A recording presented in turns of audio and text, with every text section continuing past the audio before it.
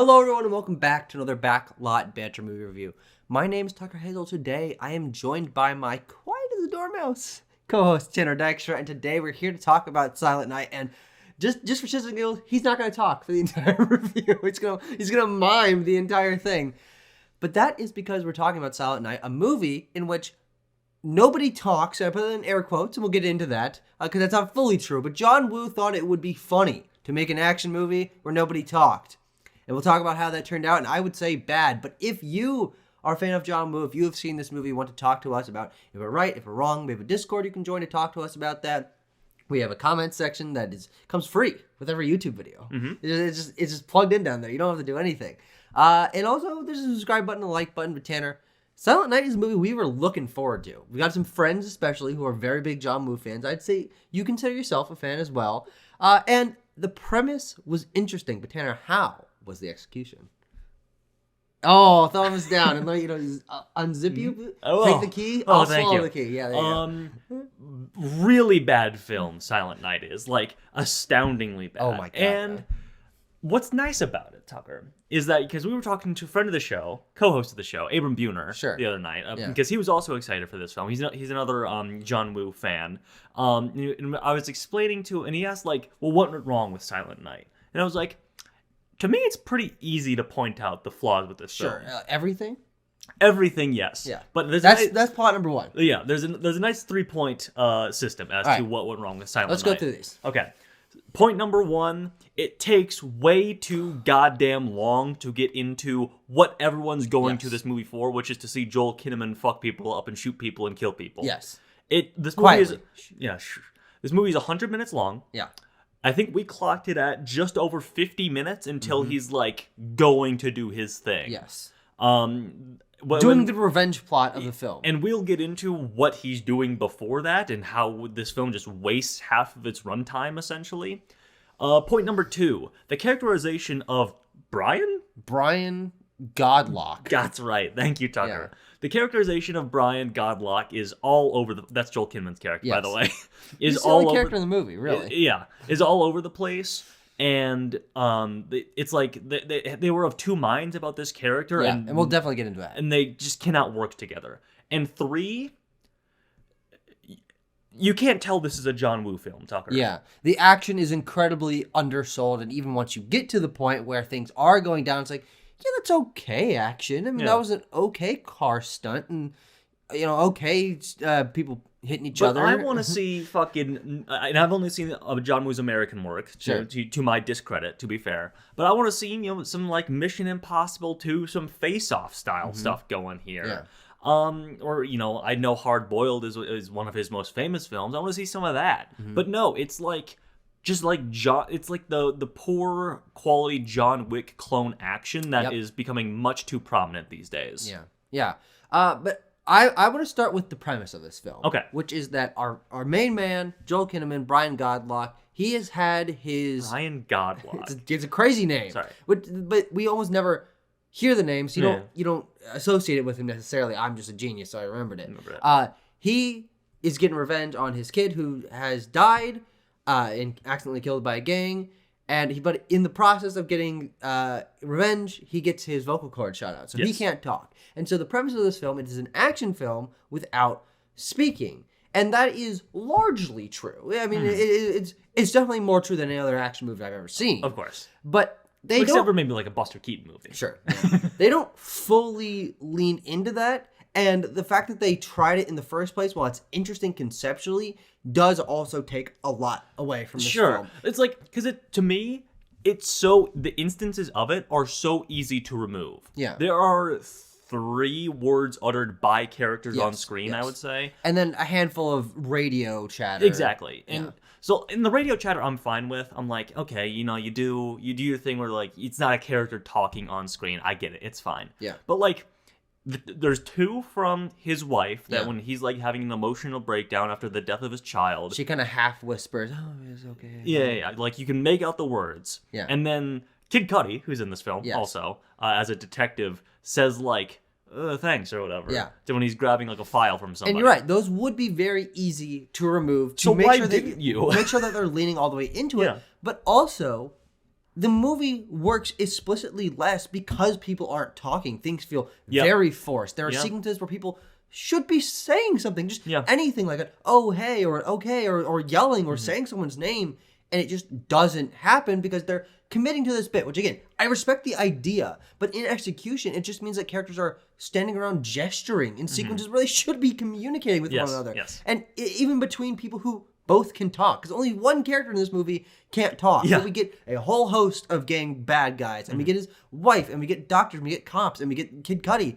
And as you said, maybe 3 or 4 half-uttered lines that are so weird that they're even in there, because it's like, the point is to be that no one's talking. Yeah. But you allow it occasionally a little bit, and in my mind it was like, but that one's okay because we like turn down the gain a lot. So you almost can't tell. It doesn't make any sense to me why they left those in.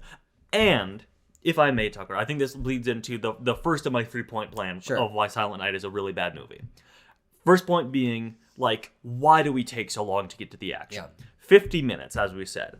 And those scenes that you're talking about where you're like, why aren't people talking right now? It's largely like when Joel Kinnaman is at home for the first time out of the hospital, or when he's going through like physical therapy at the hospital. Like, we can, forgive me for saying I can edit this film better, but like, we can montage through that. I'm not here for that. Okay.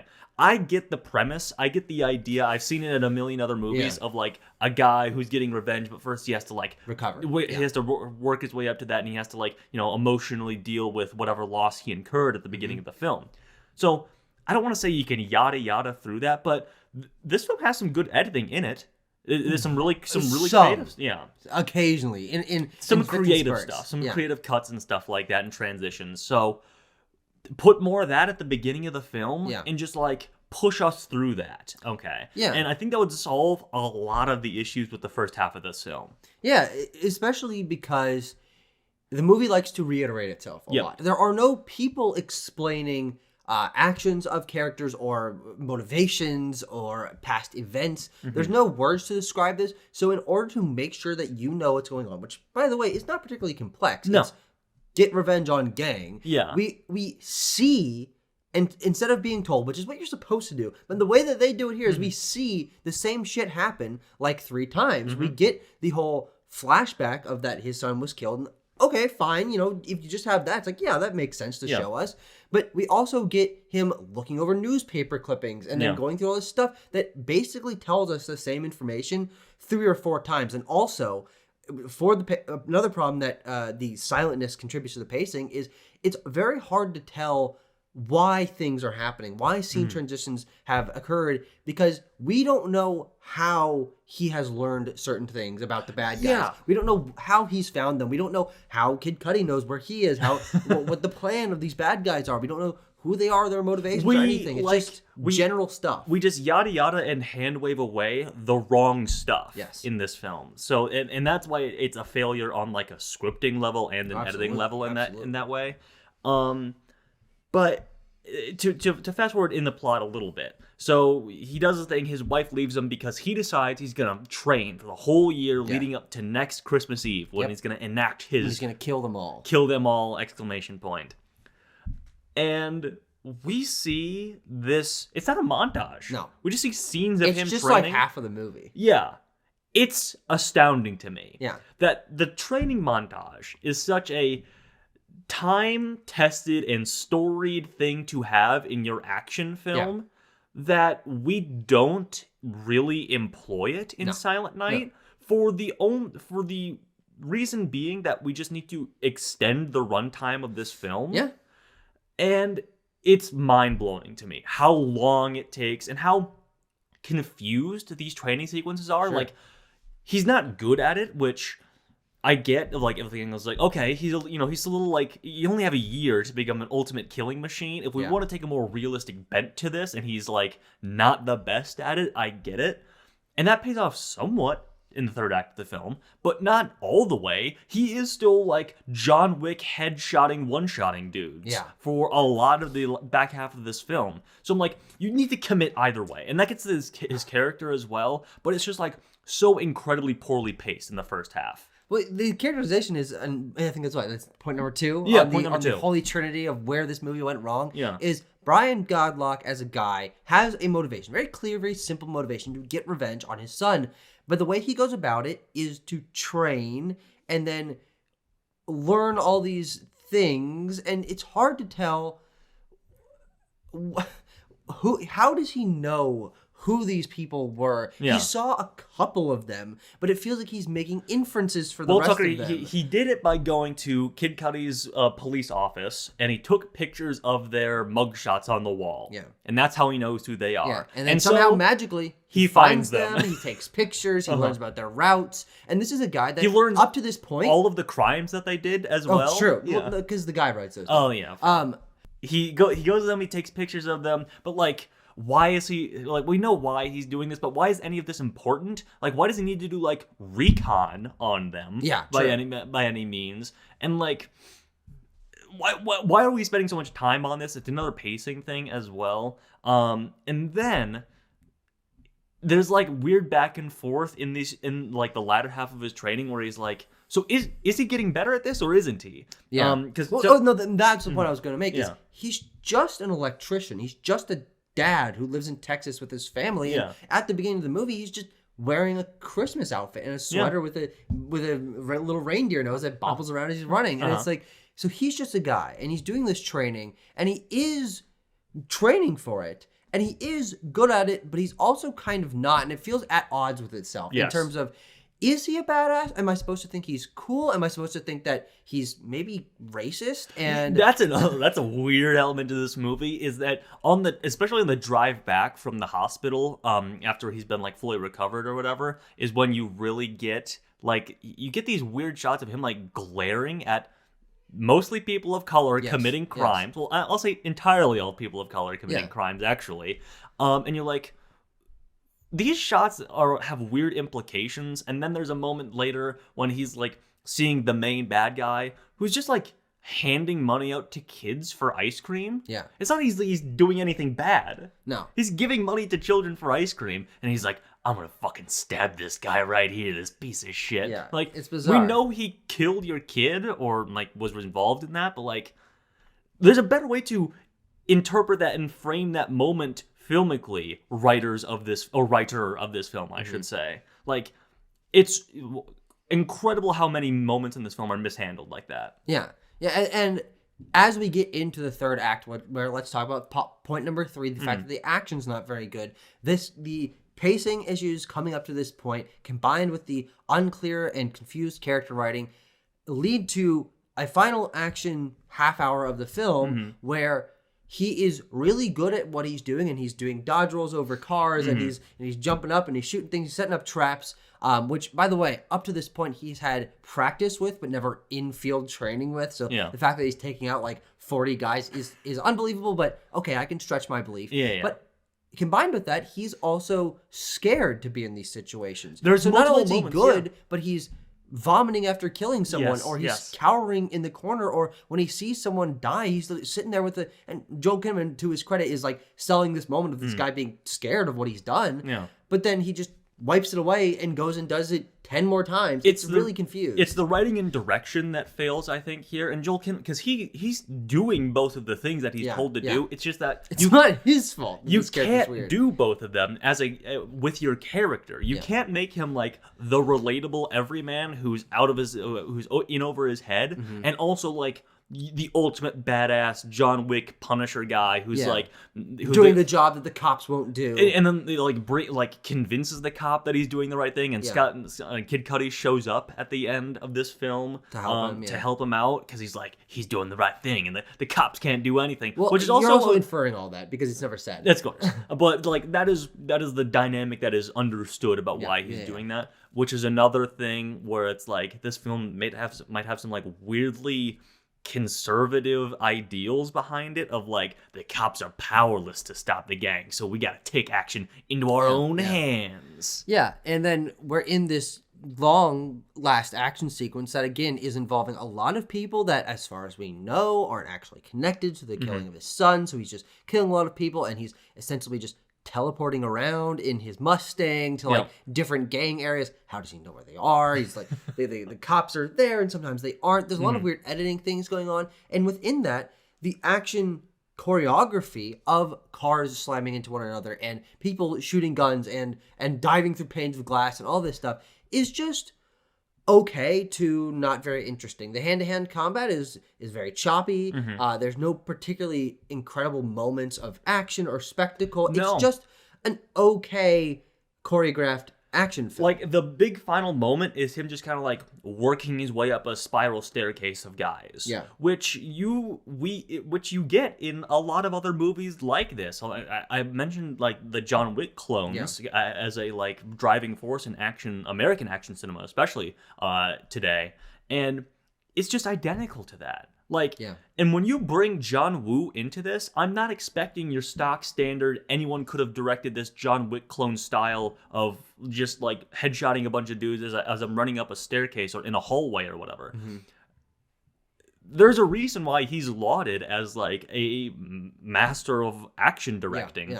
And he usually brings his own flavor to exactly. things. And there's no flavor here at all. There's and not. That even extends to the other thing that this movie is supposed to have going for it is that it's a Christmas action film. Yes, thank you. Yeah. No, not really. I mean, the beginning part, he's wearing a sweater. And there are occasionally flashbacks to him having Christmas with his family. And then when he is attacking them, it is Christmas season, and so less people are out. And there's Christmas songs at the stores that he goes to. But they're like in the background. They're diegetic. They're not like needle drops for the action. And because it takes place in Texas, there's no snow on the ground. There's not very many Christmas decorations. He's not wearing the Christmas sweater in the final action set piece. No.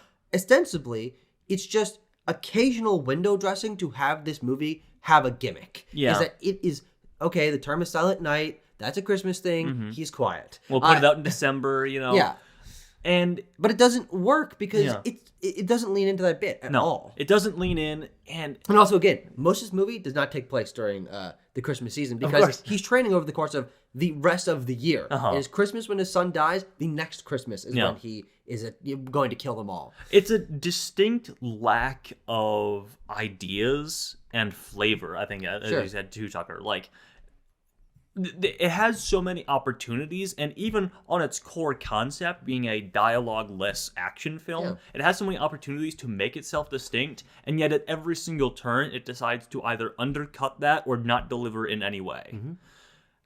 Really bad movie. Do we have anything else to say about it? I don't think so. I mean, Joel Kinnaman is fine. He's fine. He's probably the best part of this movie. I say that with a little bit of hesitation because he doesn't really do anything with the character. He's not really given a lot to work with, but he's a fine presence as an action star. But I feel bad for him because we saw him as Rick Flag in Suicide Squad. And we're like, he's interesting. He's got charisma. He's got the action. But there's vibe. Nothing going on in this movie, and this is his kind of a starring vehicle. And it's like this isn't going to make any money, and it's being reviewed very, very poorly. Very poorly. But you can imagine in his mind, his agent is like, John Woo is making a Christmas dialogue-free action movie.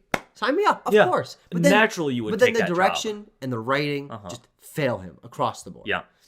1.5 out of 10. 1.5 out of 10. Don't go see this movie. Frankly, there's better movies to go spend your time with. You can go catch up on any number of John Woo's other movies, and they'll probably all be better than this. Hey, go see Godzilla -1 for an action movie that actually cares about its characters. And has moments of intrigue and spectacle and yada, yada, yada. But no, Silent Night, maybe one of the most disappointing movies of the year. 100%. Just a 100%. across-the-board failure of execution from a legendary filmmaker, and the film posited itself as like, the next big movie from John Woo. No one's going to remember this. And if they do, they're going to think of it as a bad spot. I want to reiterate, could have been anybody at the director's chair here. Really bad. Well, hopefully this is the worst movie we're reviewing for the rest of the year. We'll see. Okay. We've got one more month to see if anything else can not top this, but bottom this, I guess. I hope. But we will be reviewing this movie, so you will know if we see anything worse. Thank you for watching. We'll see you guys then.